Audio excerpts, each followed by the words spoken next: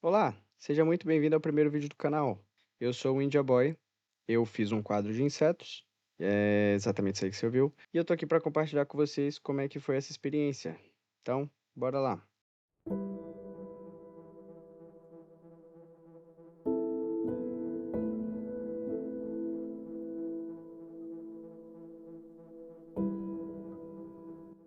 Talvez você possa pensar que quem exerce esse tipo de trabalho deva ser em grande maioria biólogos e pesquisadores, ou se não, alguém com algum nível de esquizofrenia.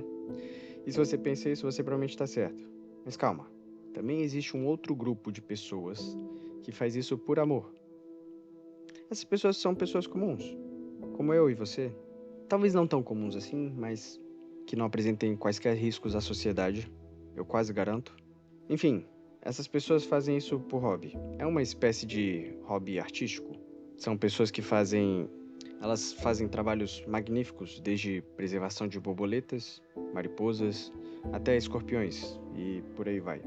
E foi pesquisando em um desses fóruns no Reddit que eu descobri uma comunidade bem legal nesse mundo da entomologia.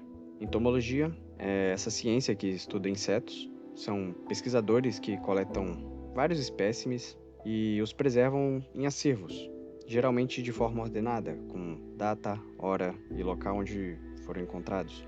Tudo isso escrito num pequeno papelzinho que fica espetado junto com o inseto.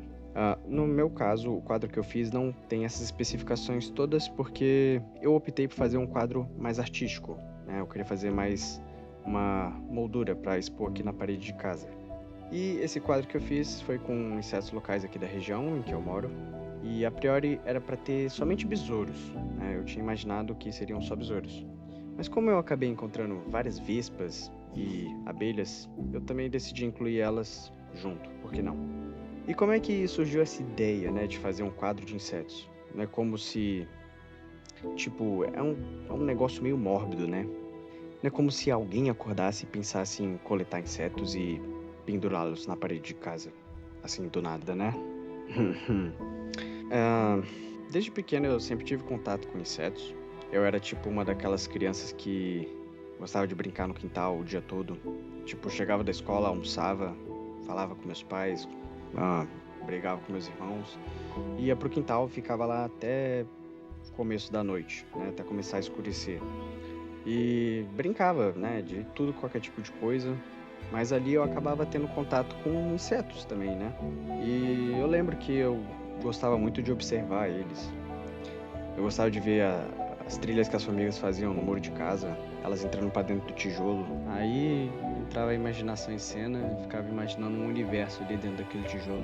Um monte de formiguinha pequenininha vivendo em sociedade, conversando, como eram os seus quartos e tudo mais, né? Também gostava de levantar as pedras no quintal e ver todo um ecossistema existente ali embaixo.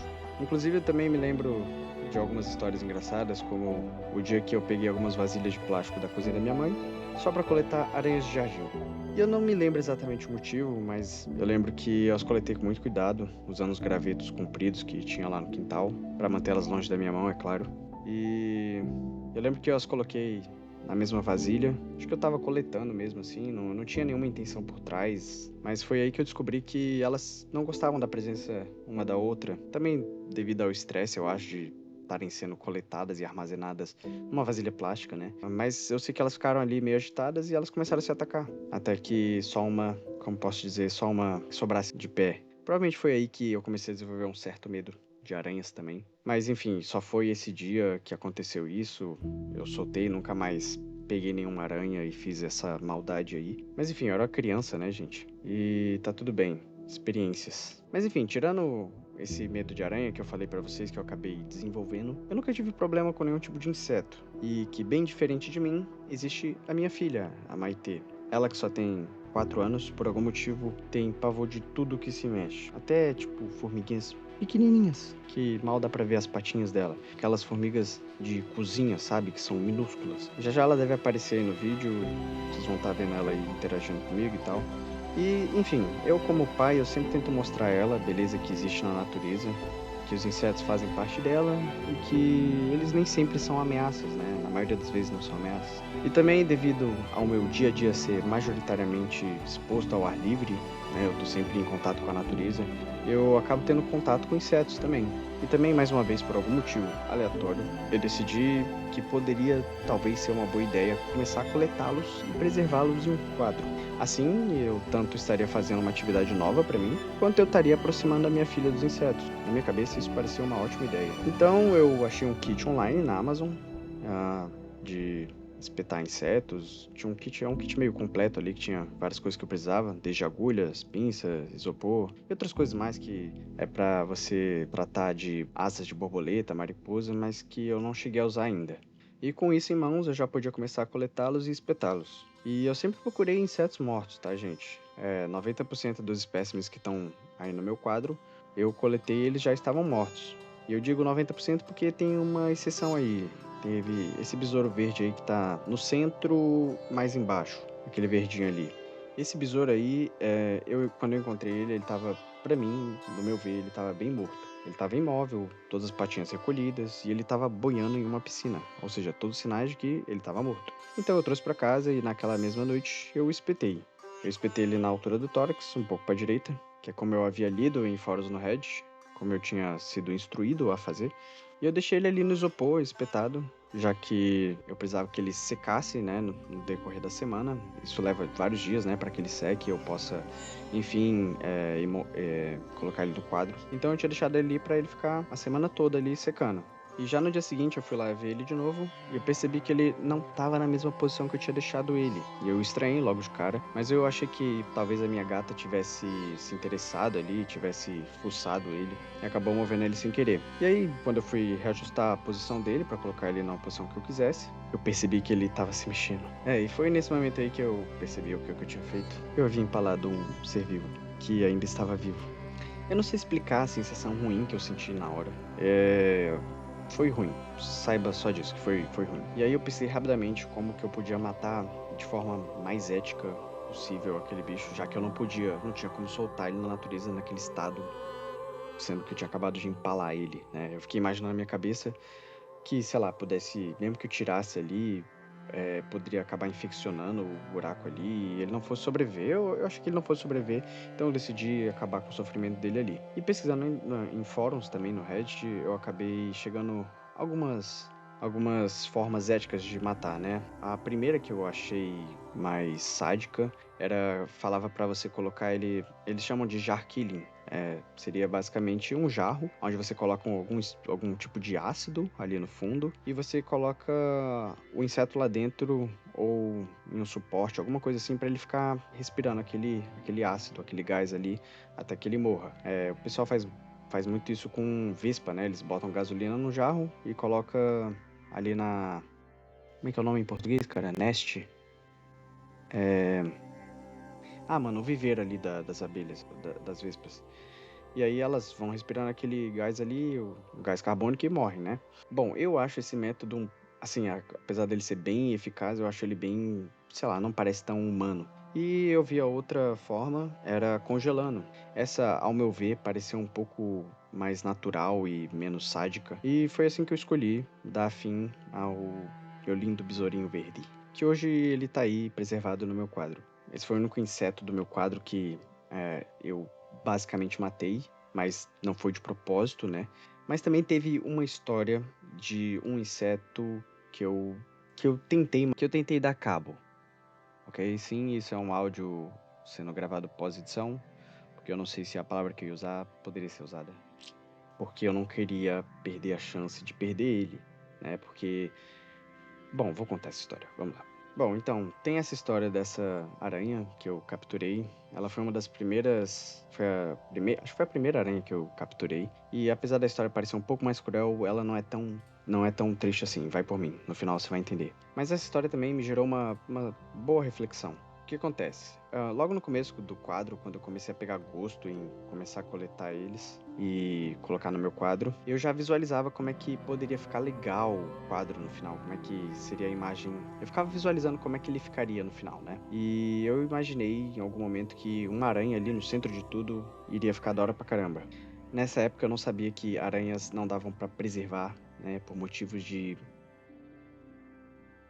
Enfim, eu capturei essa aranha, eu não queria deixar ela escapar de jeito nenhum, ela tava viva, né? Então eu capturei ela, coloquei ela dentro de uma garrafa PET, fiz uns furos ali na tampa e coloquei junto a outra garrafa de acetona, né? Eu virei a garrafa de ponta cabeça, conectei ali na garrafa de acetona, chacoalhei a garrafa de acetona pra ela ficar respirando aquele gás ali e ela, né, eu dar cabo nela.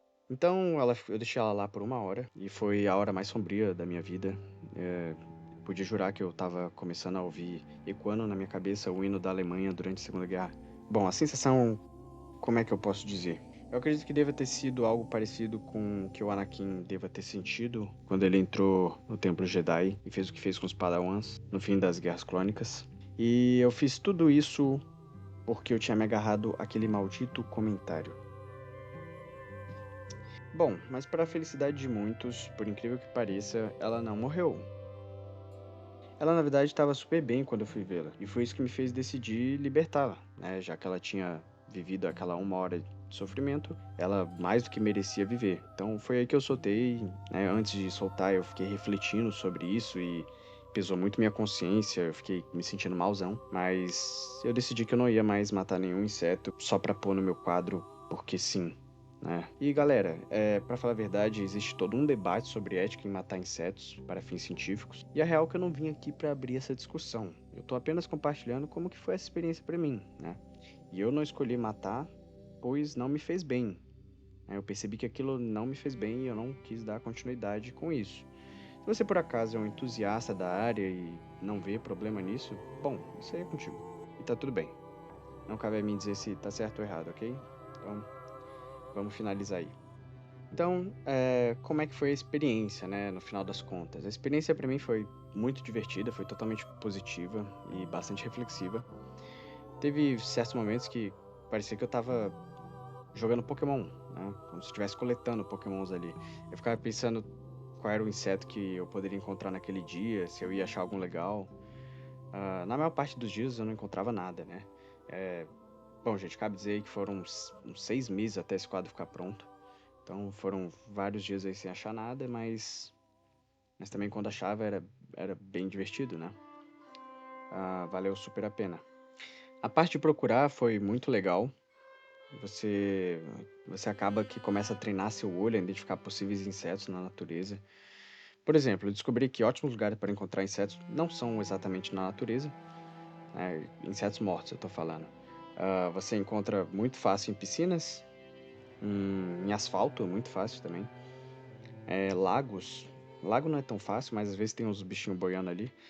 Se o lago tiver peixe, provavelmente você não vai encontrar nada. Mas enfim.